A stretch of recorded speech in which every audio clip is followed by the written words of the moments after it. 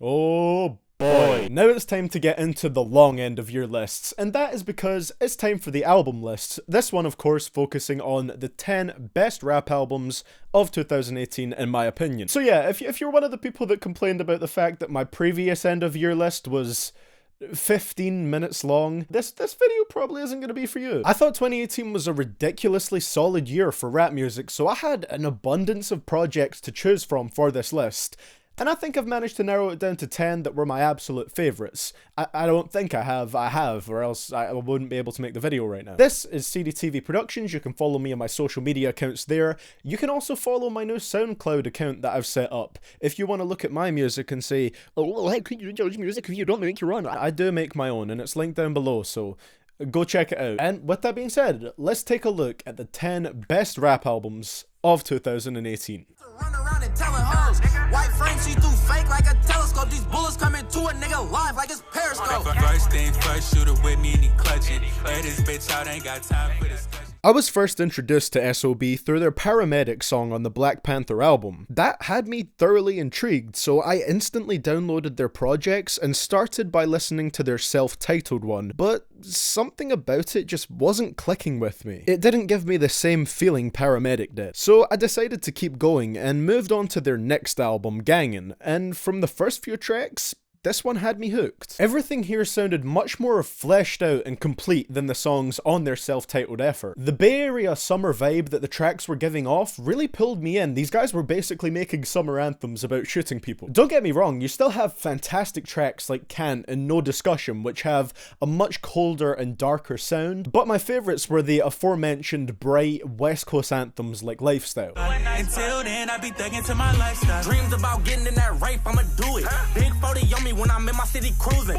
If you want a rap group with great chemistry, easily distinguishable members, and unique flows, this is the perfect album for that. You say you hang with the man, I see him when I'm in the mirror. Pull a meal, and the day ain't even have the goddamn bill on your pill. Every day I just be sipping chamomile. Rich Brian was someone who I originally thought would be one of those one-and-done meme rappers when he dropped that stick under the name Rich Chigga. Quaking that spoon, but the wish motherfuckers, they stay eating good, dropping waist, living good. Holding stick locks, but you been a bitch, suck a thick cock. But I was surprised to see him quickly transition into making much more serious music with really nice production choices, all the more impressive as Rich Brian produces his own music. And this was the case with Amen, an album which does have its humorous moments like the song Kitty for example, but for the most part tells Rich Brian's unique story as someone from Indonesia who taught himself English through watching YouTube videos and listening to rap music, and then went on to become a successful rapper himself as a teenager. One of my favourites here focusing on that topic is Flight, where Brian details what it was like for him moving from Jakarta to the US to pursue his rap career. Get ready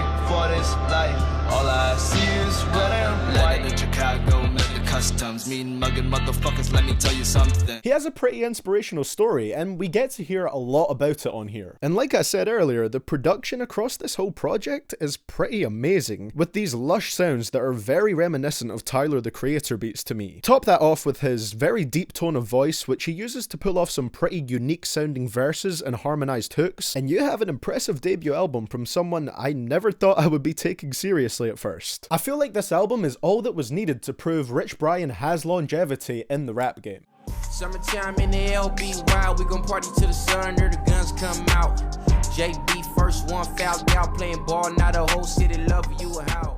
So after dropping a weird and experimental but great album last year with Big Fish Theory, Vince Staples would flip it around and drop a much more commercially friendly project with FM, and I love this for two reasons. One, lyrically Vince is still very sharp and gritty, just with much more accessible beats than Big Fish. Feels Like Summer and Don't Get Chipped are great showcases of this. And two, it fits into the concept of the album, which is laid out as if it's a radio station takeover, complete with skits and everything to make it super cohesive. Call us up, 562-453-9382. You're listening to Big Boy's Neighborhood. Much like SOB's Gangin' album, this allows the project to have a lot of West Coast summer bangers, whilst still talking about the darker aspects of life, A lot. Looking at the production side of things, this album is so ridiculously consistent, with pretty much all of it, I think, being produced by Kenny Beats. Interestingly, the only two beats on the album that I'm not exactly huge on, those being Relay and Run the Bands, are, I believe, the only two which don't feature production from Kenny Beats. So yeah, he's definitely a producer I'm going to be keeping my eye on going forward. This is also one of the shortest projects on this list, coming in at 22 minutes long, and while it is very short, I still think this runtime works perfectly. For some people, this might leave them wanting a little more, but for me personally, by the time I'd finished the album, I still felt like it was a very fulfilling listen despite its shortness. If you've never heard Vince's music before, I can fully recommend this project. It's short and sweet, but leaves you fully satisfied by the end. If I take this cookie now, one day I'll do the time. Slip me a Zanny at once.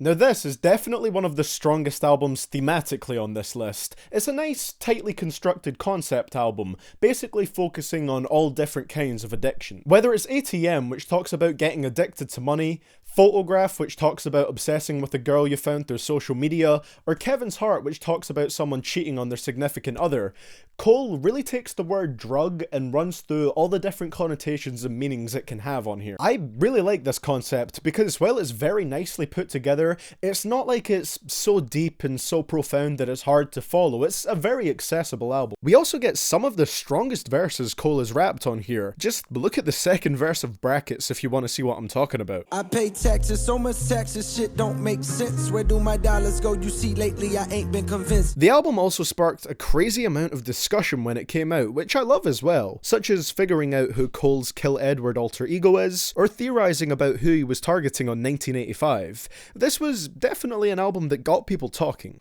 You can't change us. Picture a nigga stepping into the game, it's already lit, just add a little cold to flame.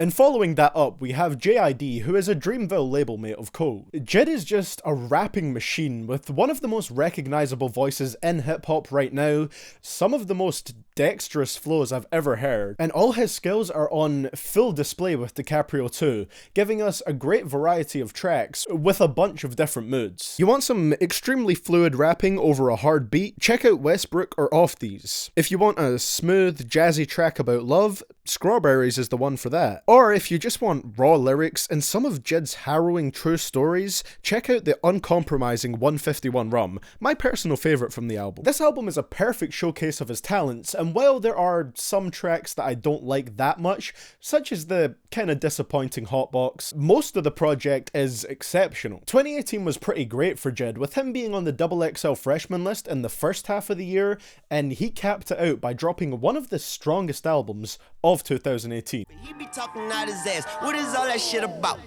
I used to know you niggas, I don't know you niggas. I just ignore you niggas, I don't bro you niggas.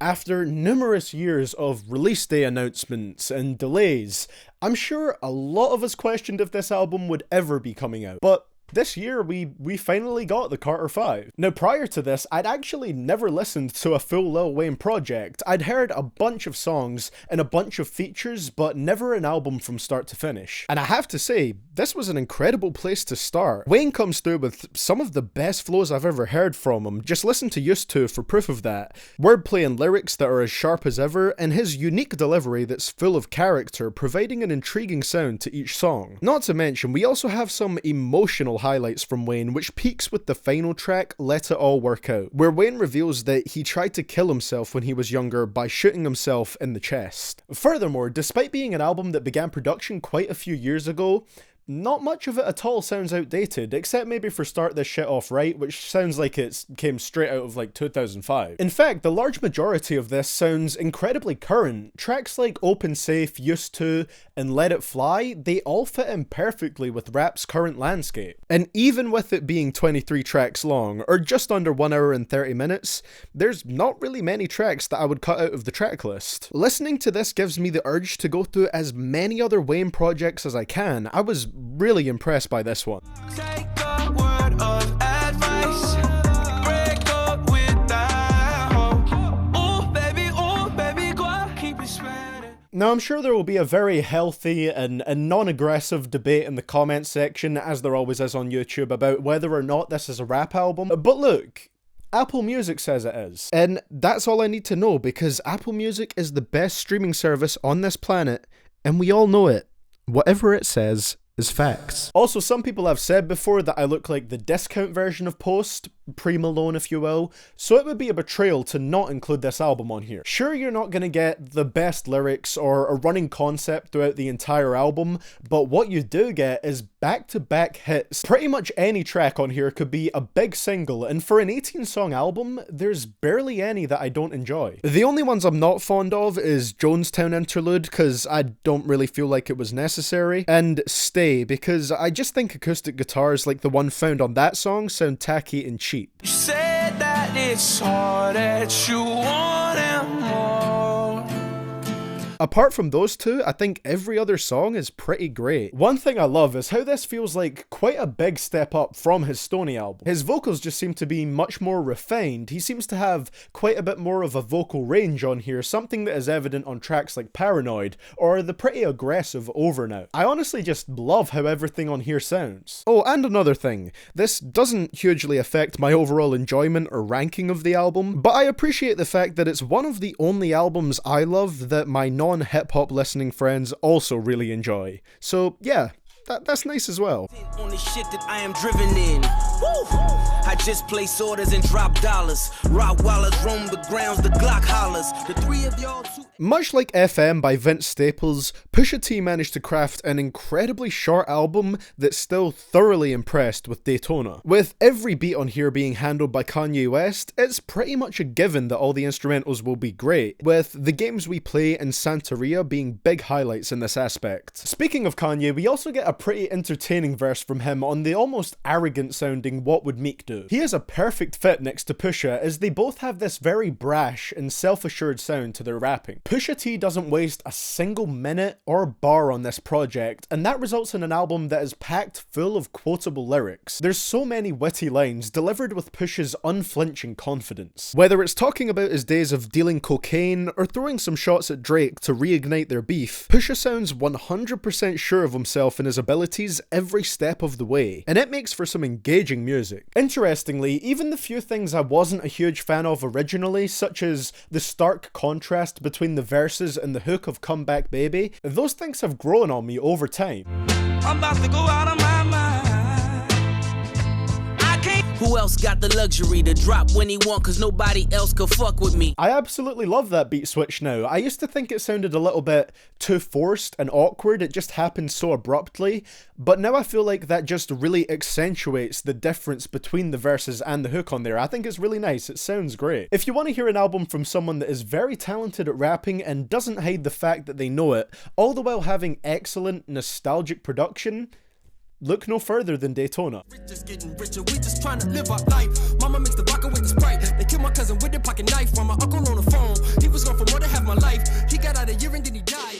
I had never heard of Saba before this year, and honestly the main reason why I decided to check him out was because I saw so many people on my Amino community put this on their best of the year lists. Link to that community in the description below, by the way, if you want to come and have some nice hip-hop discussions. It's a great place for that. And I am so happy that I decided to check out this album, because it is rare that I relate to a rapper's thoughts so much. There's so many songs where it felt like Saba's lines were literally just thoughts plucked from my head and placed into a rap song. The best example is the song Broken Girls, which I'm not even joking, I was like out for a walk when I listened to this song, and I was just walking around with my mouth hanging open like every 2 bars, because there were so many lines on that song that reminded me of like past situations that I'd been in. Plus a lot of lines on the song Busy as well. There's quite a few relatable ones on there. Out of the huge amount of rap music that I've listened to, Saba is definitely up there as one of the most relatable artists. There's also the song Log Out, which I feel like will speak to almost everyone, covering overdependence on social media and the mental difficulties that can cause. If you press log out, you get forgotten what's supposed, but a reminder just how boring our lives are. Look at how much fun I'm having, ain't no beauty in the absence of broadcasting till you fall.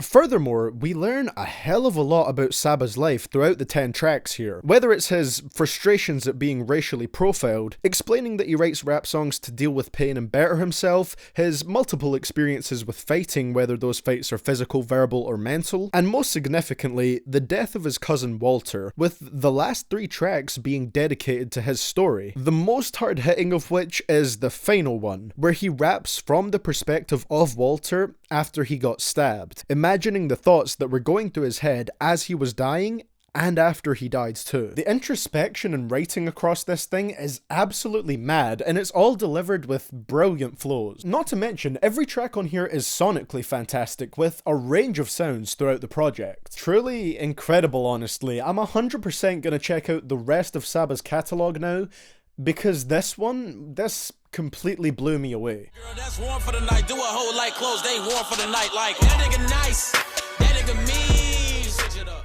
Okay, I know there's probably no surprise here, and I know a hell of a lot of publications have also put this as their #1 pick, but a lot of publications are choosing it for a reason. It really is that amazing. With the way that this album was constructed, you can tell it's something that Denzel really was passionate about, and it was something that he put a lot of thought and a lot of planning into. He split the album into a 3-act structure, those acts being light, grey, and dark, to reflect his mind state when he recorded those particular parts of the album, and to represent the cyclical nature of life, as pretty much everyone is constantly going through their own phases of light, grey, and dark. That's why the album starts and ends with the sound of static, so that the album could basically run on a loop just to reflect that never-ending cycle that people go through. As for the songs themselves, we get some of the most brutally hard tracks this year. Send him to hell. Treacherously, killing my infidels effortlessly. Whether it be the POPDEAD, tell him I do it professionally. But on top of that, we also get to see a smoother and more sensitive side of Denzel Curry, a side which he's never expressed more than on this project. The highlight of this is of course the title track, which might just be one of the most revealing songs he has ever dropped. On top of highly personal songs, we also get Denzel's thoughts on politics with Sirens, which has a fantastic feature from Jid, and his view on the way the rap game is with Clout Cobain and Perks. Basically what I'm trying to say is a lot of content is packed into the 43 minutes that the album runs for. There are legitimately only 2 tracks I don't frequently listen to on here, those being The Blackest Balloon and Mad I Got It, and that second one I just don't listen to because I don't like the hook on it. The verses are still great. This is the only album that I currently own on vinyl. It's the only album I've ever bought a full merch package for. This isn't any gang affiliation, it just came with the album, okay? I'm not trying to make any statement with that. If that doesn't tell you how much I love this album, then I don't know what will. This is Denzel's most conceptually strong album to date, contains many of the best songs that he's ever put out, and is just an outstanding addition to his already excellent discography. And that, my friends,